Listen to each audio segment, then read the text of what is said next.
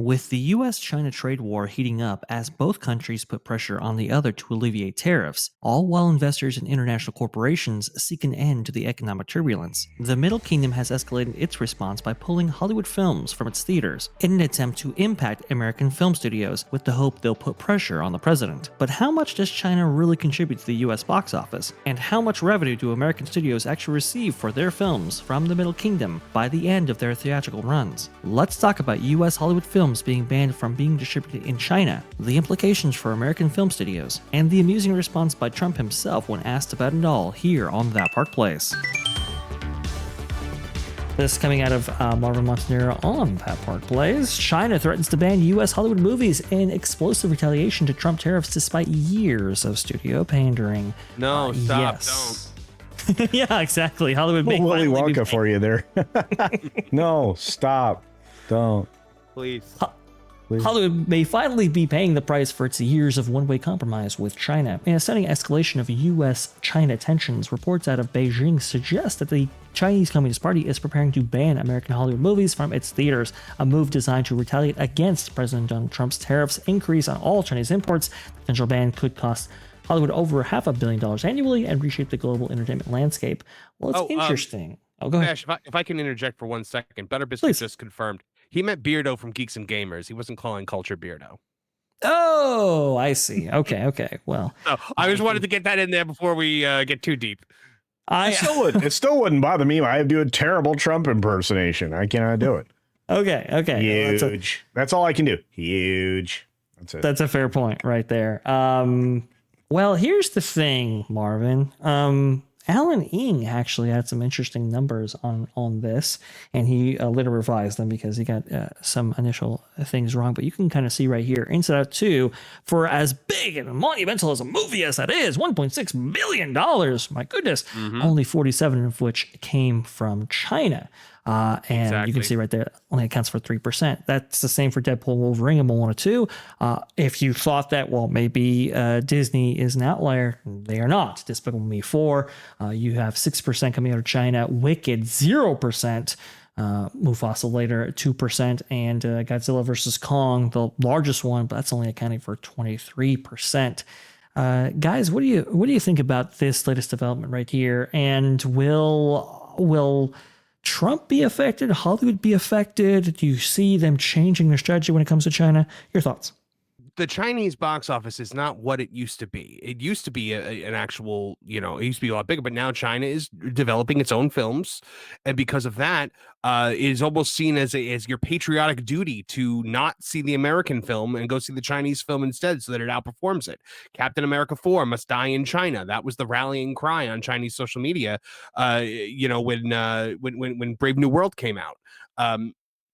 Alan's absolutely right. It's not. I mean, what the biggest one there is Godzilla versus Kong, or Kung Fu Panda 4. Yeah. Other than, I honestly don't think it would make that much of an effect.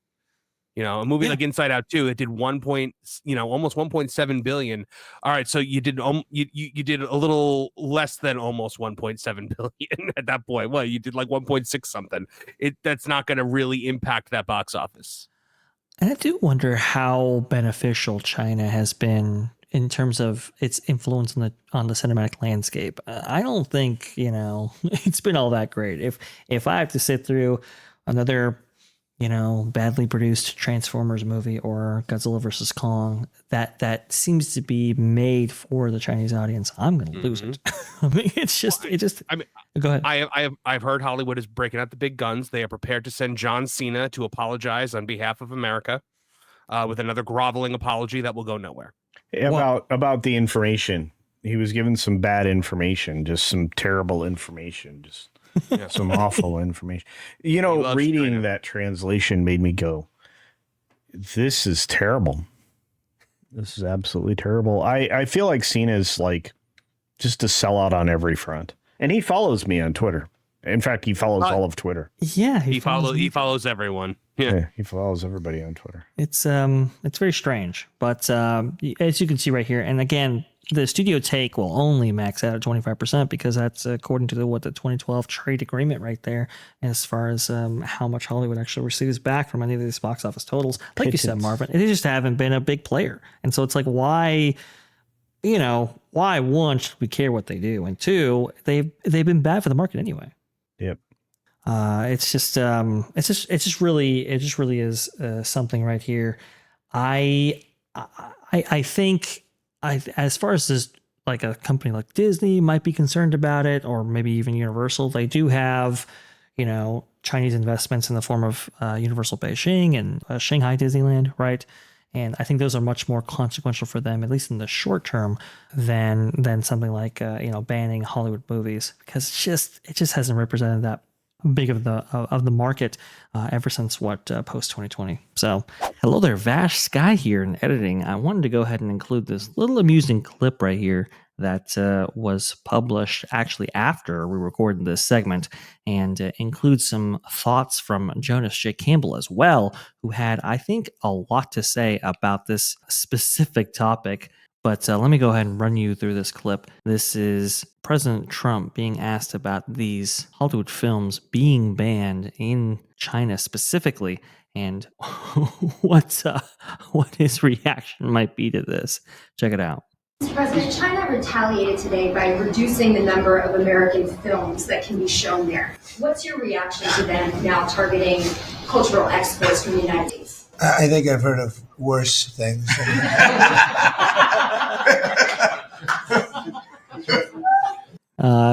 That's pretty funny right there.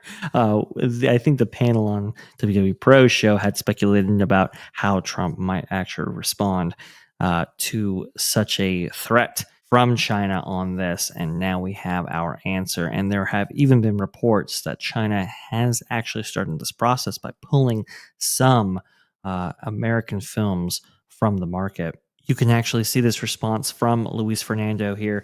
In other not as exciting news for Hollywood movies, Chinese regulators made it official on Thursday that in response to Trump's tariffs, they will, quote, moderately reduce the number of Hollywood releases gaining access to China's box office, suggesting that they will also increase releases from films from other markets in China to meet the demand for international films instead. So there you go. At least according to this report, this is essentially in effect. We'll have to monitor changes in this space as we go forward. There's been a lot of volatility regarding these tariffs and what Trump is actually doing. I don't think that this is going to affect his decision on all of these things, but who knows? We will keep you all updated on what exactly is going on here. This is a very, very interesting space, and I'm going to go ahead and leave you with Jonas's comments on this and the impact China has had on the U.S. box office so far. I think he had some really profound words on this, and if you haven't subscribed yet, please go ahead and subscribe for all the news. That should be fun. Honestly, if China does a 100% ban on U.S. movies, first of all, that's not really that much money when it comes down to it. Companies like Disney love to be able to say that they made a lot of money over in China because they're more worried about the headline on the movie side than they are about how much money actually comes over. The movie division, and we're going to talk about this more in just a few minutes, is abysmal at Disney. But even when it's running on full cylinders, it's not really that profitable for Disney. So sorry to interrupt. I got excited. Absolutely. And I think, I remember Bob Chapek's comments. Do you remember this, Jonas? Bob Chapek's comments back in the day when I believe the second Doctor Strange movie came out. Maybe it was like the Q2 or Q3 earnings call for that year. I can't remember. But Bob Chapek came on and said, you know what? Yeah, I think somebody asked him about China and the issues there. He's like, look, we can do very well without China. And I believe that film did achieve $1 billion at the box office with a very limited run, if a run at all, in China. So again, there were some, the predecessor or successor, depending on how you look at it, for Bob Iger that were maybe uninterested in continuing that relationship. And we all know Bob Iger, where he stood. Yeah, well, the other thing is that it affects the production of movies. Like Mulan is a great example where it was filmed in a province, and I'm not going to say the full thing about what went wrong and who got thanked in the credits of Mulan, but there's an ongoing rumor that the party over there actually took part in the writing of that movie. Or you get things like the Red Dawn remake, which, not exactly a great movie, but they neutered the movie and changed it in order to appease China. Or Iron Man 3 is a great example where they literally added 3 scenes that weren't in the American version. I've seen the scenes, guys. You're not missing anything if you haven't seen them. They added in they didn't add in a character. They expanded the scenes of the heart doctor that he runs into in the beginning of the film. And then at the end of the film, the guy who actually removes the shrapnel from Tony Stark's heart is a Chinese actor. And they added scenes in Mandarin. That movie didn't do that well in China. China saw right through it. So I think this is something where the movie aspect bugs me because we could be getting better movies. We will never get a Rocky IV under a circumstance where movie studios are trying to appease China. Rocky IV being, of course, the ultimate 80s movie, in my opinion, the most 1980s of the 1980s films. I'm not saying it's the best film of the 1980s. I'm saying it's the most 1980s film. Thanks for watching That Park Plays News. For more information, consider checking out www.thatparkplace.com. And don't forget to subscribe, share, like, and send this out on your favorite social media accounts.